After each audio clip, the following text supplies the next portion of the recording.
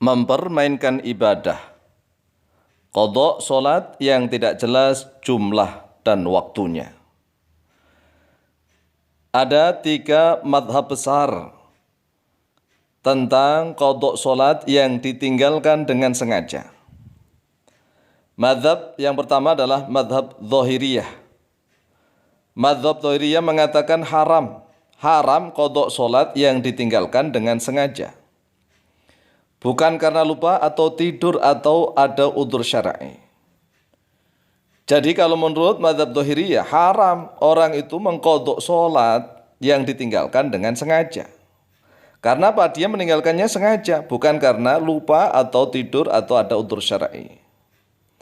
Bahkan kalau dia mengerjakannya dosa begitu. Dosa bukan dapat pahala, malah dosa, itu menurut madhab Zahiriyah. Kemudian madhab yang kedua yaitu madhab Mu'tadin musrifin, yaitu madhab yang melampaui batas. Melampaui batas ngawur sengawur-ngawurnya. Mengatakan bahwa boleh secara mutlak qadha salat walaupun tidak jelas dan tidak yakin jumlah serta waktunya. Wis pokoknya boleh mengqadha salat manapun kapanpun. Walaupun tidak jelas mana yang diqadha'i, salat apa yang diqadha'i, waktunya kapan, jumlahnya berapa.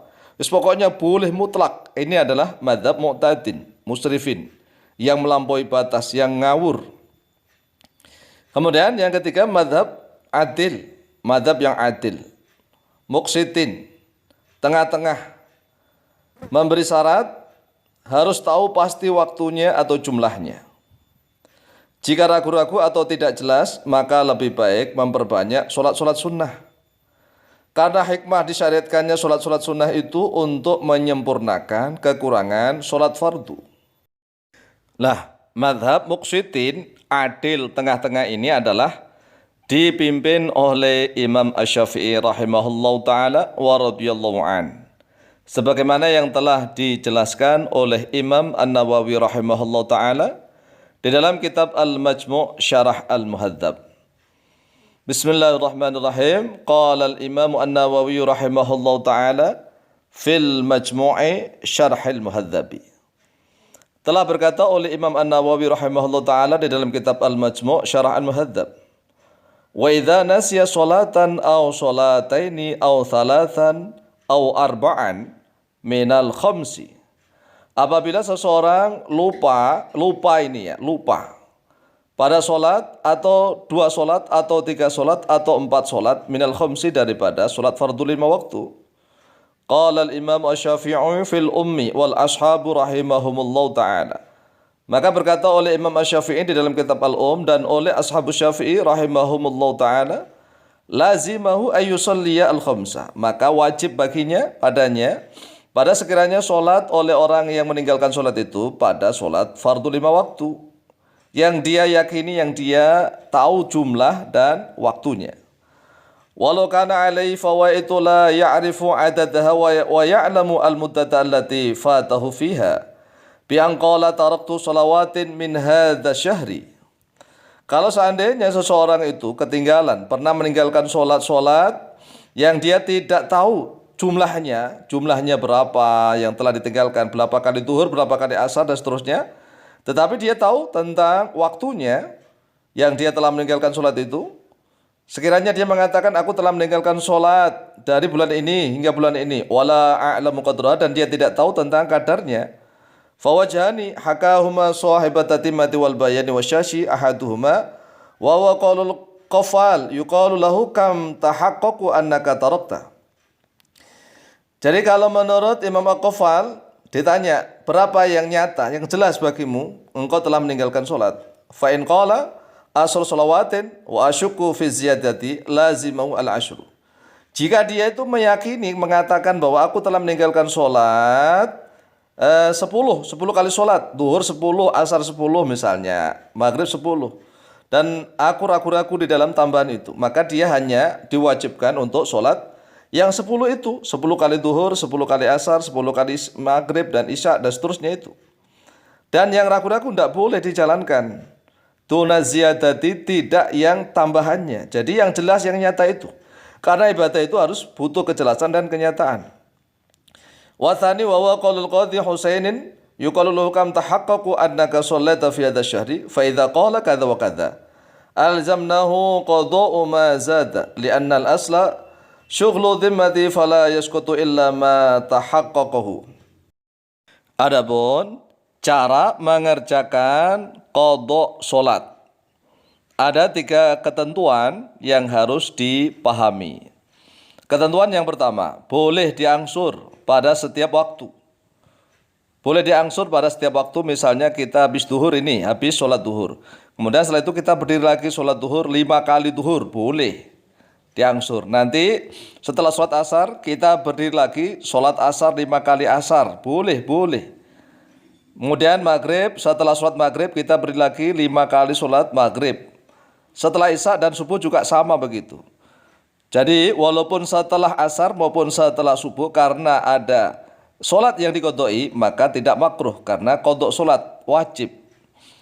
Kemudian ketentuan yang kedua, boleh sekaligus dalam satu waktu. Boleh sekaligus. Misalnya kita ini kan habis duhur, ba'da duhur ini kita nganggur, kita sholat duhur selama 5 kali duhur. Ya berarti kan sholat duhur 4 rakaat, berdiri lagi, setelah salam berdiri lagi, salam berdiri lagi. Kemudian setelah itu sholat asar 5 kali asar, setelah itu sholat maghrib 5 kali maghrib, setelah itu sholat isya 5 kali, misalnya sholat isya dan sholat subuh 5 kali sholat subuh, boleh sekaligus. Kemudian ketentuan yang ketiga, sholat siang boleh diqodok malam dan sholat malam boleh diqodok siang. Ini yang harus dipahami, karena qodok itu adalah mengerjakan sholat atau mengerjakan ibadah di luar waktunya, itu namanya qodok. Kemudian ketentuannya, dilarang mengqodok sholat yang tidak jelas atau ragu-ragu. Jika tidak jelas atau ragu-ragu tentang waktunya dan sekaligus jumlahnya, maka sebaiknya memperbanyak sholat-sholat sunnah. Peringatan, ibadah tidak boleh ngarang, apalagi ngawur. Tidak boleh at-tala'ubu bil ibadah. At-tala'ubu bil ibadah itu mempermainkan pada ibadah. Jadi ibadah itu harus butuh kejelasan. Jelas waktunya, jelas jumlahnya. Kalau tidak jelas, maka lebih baik kerjakanlah sholat-sholat sunnah. Karena salah satu hikmah disyariatkannya sholat-sholat sunnah adalah untuk menyempurnakan kekurangan sholat-sholat fardu yang bolong-bolong. Sebagaimana keterangan di dalam hadis sahih dijelaskan, an Abi Hurairah radhiyallahu an, anin Nabi sallallahu alaihi wasallam qaal.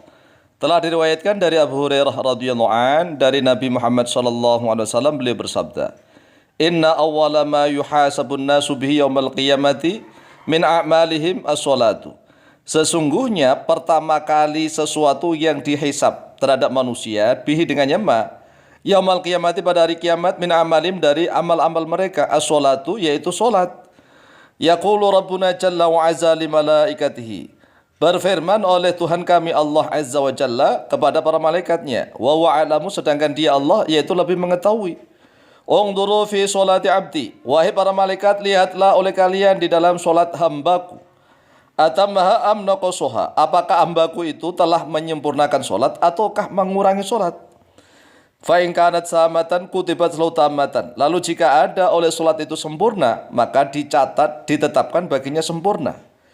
Wa in kana intaqasa minha syai'an, dan jika ada yaitu berkurang daripada solat sesuatu yaitu sesuatu, ungduru, maka lihatlah oleh kalian wahai para malaikat, hal li abdi min tatawwu'in, apakah bagi hambaku itu memiliki solat tatawwu', solat-solat sunnah.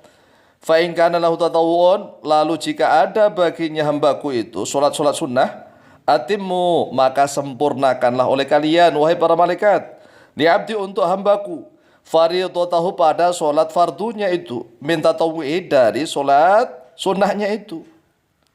Jadi salah satu fadilah solat-solat sunnah itu adalah untuk menyempurnakan solat-solat fardu yang kurang atau yang ditinggalkan yang tidak jelas, ya.